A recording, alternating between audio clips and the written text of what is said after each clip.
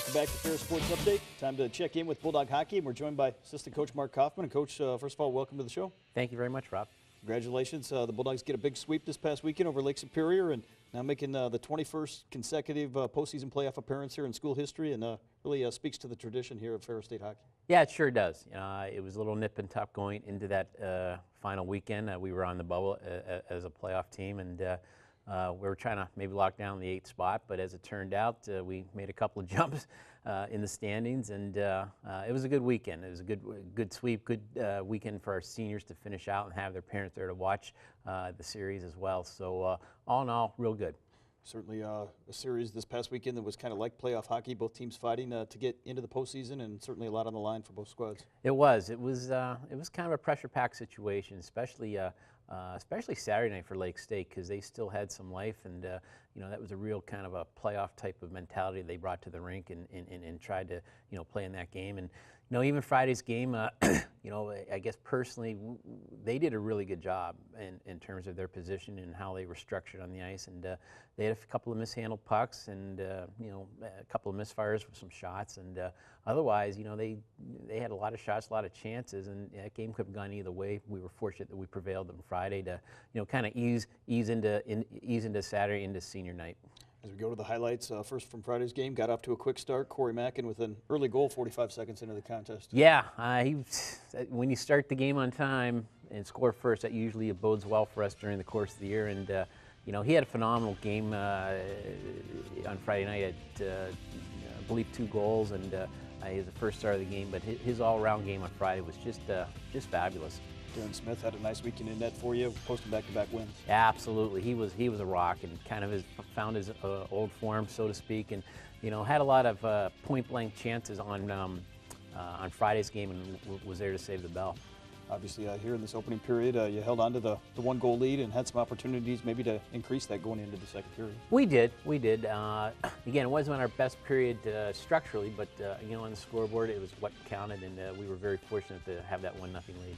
Here in the second period, Bulldogs will be able to extend the lead as Corey Mackin gets his second goal, and then we'll see a third one coming up here shortly. Yeah, again, he's right where he should be, right around the net area. When you're there, good things happen. And here's the other goal with Zach Zahner having a tip in from Cam Clark, shooting from a kind of a bad angle. That was kind of one that I think maybe put the Lakers on their heels just a bit. Nice to see a senior, Zach Zahner, get his first goal of the year. Yeah, anytime you can, from your depth players, get that type of production, that really bodes well. Going into the third period here with a 3-0 lead, what are the keys here going into a period like that with a big lead? Well, they're going to be desperate. They're going to be putting their best playoff face on as best as possible. And the mantra was really, hey, let's score the next goal. Let's not sit back on this thing. Let's get after it and keep pushing forward.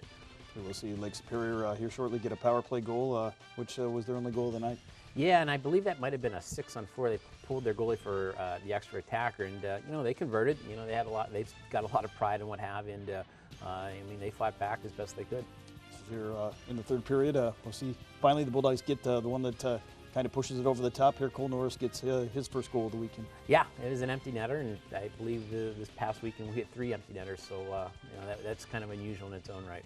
When you get that win on Friday night and obviously clinch that playoff spot, does that ease some of the pressure going into the second night? Well, it does, but on the other hand, it was senior night. We had also a special face-off presentation by Woodbridge Ferris's great-great-great-great-grandson, and when you have those types, they're not distractions, but they're just little extra layers that are part of the game. It kind of it can kind of take the steam out of your sails, so to speak, and you got to kind of refocus quickly. And but the kids did a really good job. And even though Lake State got the first goal, we hung in there. We battled back. Our second period was probably our best period of play all weekend, and but it was a good way to send everyone off on a positive note. As we go to the highlights, we'll see the ceremonial puck drop right here to start the game with Corey Mackin involved in that, and then obviously here taking on a Lake Superior State team that still had a lot to play for going on Saturday. Well, absolutely, and they scored first, got on the board, and that's what you want to do when you're playing on the road and fighting for your life. That 1-0 score kind of stood up here until the middle part of the second period, but nonetheless you had some opportunities here maybe to find the scoring column. Yep, just finishing off the first period, Smitty really played well. but here in the second period, we were pretty good in terms of our overall play. But here in the first period, we're still viewing. We gave up some opportunities when we were on the power play, so to speak, and that was a little frustrating to begin with. But the guys regrouped between periods and got ready for that second period. Darren Smith with 30 saves here in the second game, and had over 30 saves in both games of the weekend series. Yeah, again, he was our player of the week, so to speak, in terms of just being the best Bulldog on the ice.